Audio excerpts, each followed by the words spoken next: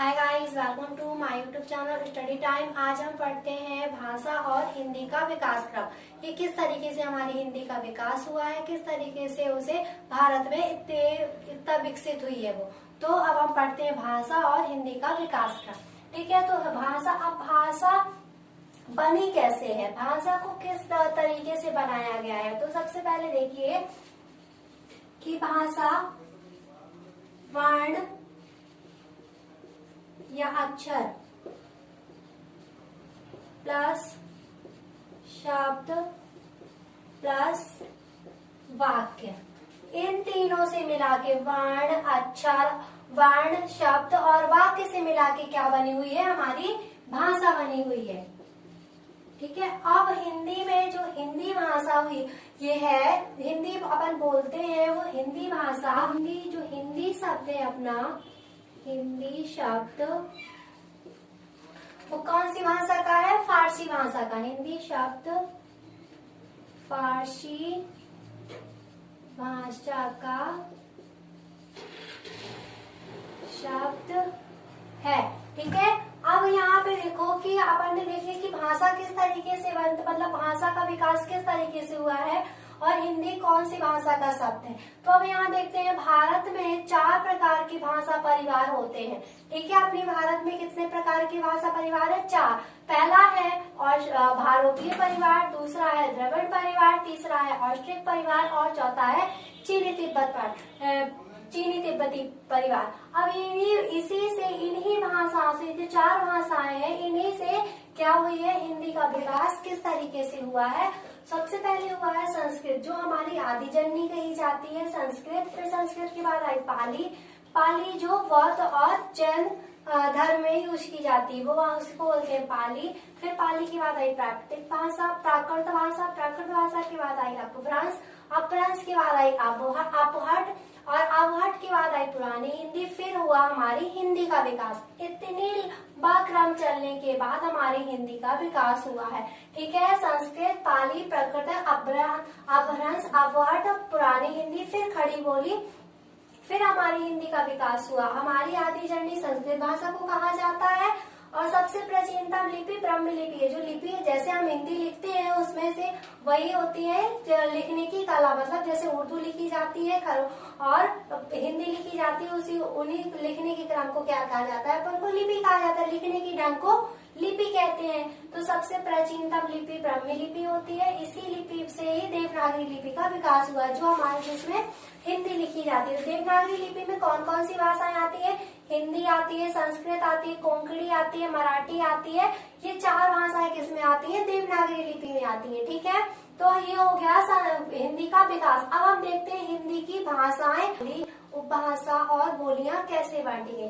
तो सबसे पहले देखते हैं भाषा का सबसे पहले वर्गीकरण जॉन इब्राहिम ग्रेशन द्वारा 1889 को उनकी अपनी पुस्तक, ठीक है, अपनी पुस्तक modern vernacular literature of Hindustan में किया गया। ठीक है, मतलब उन्होंने सबसे पहले भाषा का सबसे पहले वर्गीकरण किसने किया था, जॉर्ज इब्राहिम ग्रेशन ने। और कब किया था, 1889 को। उनकी अपनी पुस्तक कौन सी में, modern vernacular literature of Hindustan में किया था। उन्होंने उसमें बांटा, हिंदी के विकास को कहा था कि उसमें 5 उपभाषाएं होंगी और 17 बोलियां होंगी। 5 उपभाषाओं की 17 बोलियां होंगी। तो अब हम देखते हैं कि कौन सी उपभाषाएं हैं और कौन सी बोलियां हैं। उपभाषाएं और ये गई यहाँ पे बोलियां। ठीक है, अब पहली है पूर्वी हिंदी। ठीक है, पहली उपभाषा है पूर्वी हिंदी। अब पूर्वी हिंदी में देखिए कौन कौन सी बोलियां आती है, अवधी, बघेली और छत्तीसगढ़ी। ठीक है, ये हो गई पूर्वी हिंदी की बोलियां। अब दूसरी देखते हैं पश्चिमी हिंदी। पश्चिमी हिंदी में कौन कौन सी बोलियां आती हैं, बंगरू, कन्नौजी, बुंदेली और ब्रजभाषा। ठीक है, ये हो गई पश्चिमी हिंदी की बोली। अब देखते हैं राजस्थानी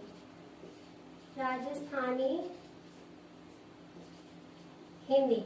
अब इसकी चारों अलग अलग होती है कि पूर्व में अलग बोली जाती है, पश्चिम में अलग बोली जाती है, दक्षिण में अलग बोली जाती है और उत्तर में अलग बोली जाती है। तो हम देखते हैं राजस्थानी हिंदी में पूर्वी राजस्थानी,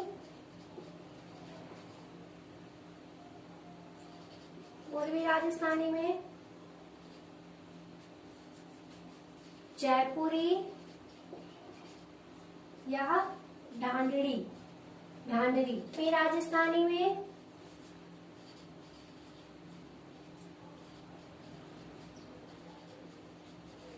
पश्चिमी राजस्थानी में मारवाड़ी, पश्चिमी में मारवाड़ी। उत्तरी राजस्थानी में है मेवाती और दक्षिणी राजस्थानी में है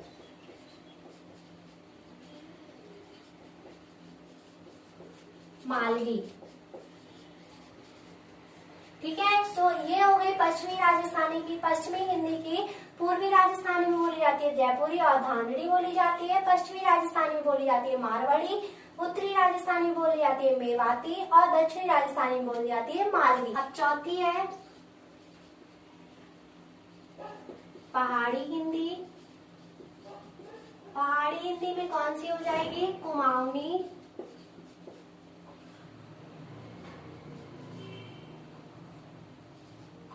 और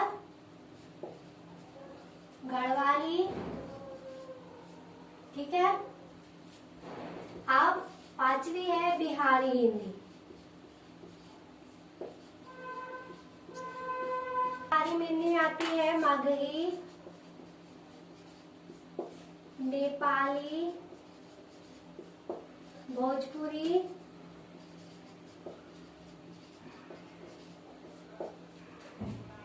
और मैथिली। ठीक है, तो गाइस ये हो गई 5 उपभाषाएं और 17 बोलियां हमारी। ठीक है, अब हम देखते हैं कि हिंदी के विकास के लिए जो हमारे विश्व में जो हमारे यूएनओ द्वारा हम विश्व में और भारत में सम्मेलन हुए हैं कि उनके विकास के लिए किस किस तरीके क्या क्या किया गया है, इस बारे में हिंदी सम्मेलनों का आयोजन किया गया है। तो हम देखते हैं वो सम्मेलन कहाँ कहाँ हुए हैं। और सम्मेलन अभी तक हमारे विश्व और भारत में 12 हिंदी के सम्मेलन हो चुके हैं। ठीक है, तो उस समय भारत की प्रधानमंत्री कौन थी जिस समय हम सम्मेलनों का आयोजन हुआ था? इंदिरा गांधी। ठीक है, अपने यहाँ भारत की प्रधानमंत्री थी इंदिरा गांधी। अब पहला विश्व हिंदी सम्मेलन कब हुआ था? 1975 में नागपुर में। दूसरा कब हुआ था? 1976 में पोर्ट लुई मॉरिशस में। तीसरा कब हुआ था? 1983 नई दिल्ली में। चौथा कब हुआ था? 1994 पोर्ट लुई मॉरिशस में। पांचवा कब हुआ था? 1996 पोर्ट ऑफ स्पेन में। ठीक है, फिर छठवां कब हुआ था? 1998 ब्रिटेन में। सातवां 2003 में पारामारिबो यूरीना में। आठवां हुआ था 2007 में न्यूयॉर्क में। नौवां हुआ था 2012 में जोहान्सबर्ग में। कहाँ है जोहान्सबर्ग? दक्षिण अफ्रीका में। 10वां हुआ था 2015 में भोपाल में। 11वां हुआ था 2018 में मॉरिशस में। और 12वां हुआ है 2021 में अभी कहाँ पे? देवास में, मध्य प्रदेश में। ये हो गए हिंदी के 12 सम्मेलन। अब इन 12 सम्मेलनों का आयोजन अलग अलग किया गया है जिससे हमारी हिंदी का विकास हो जाए। सो गाइस, ये हो गए हिंदी का विकास क्रम और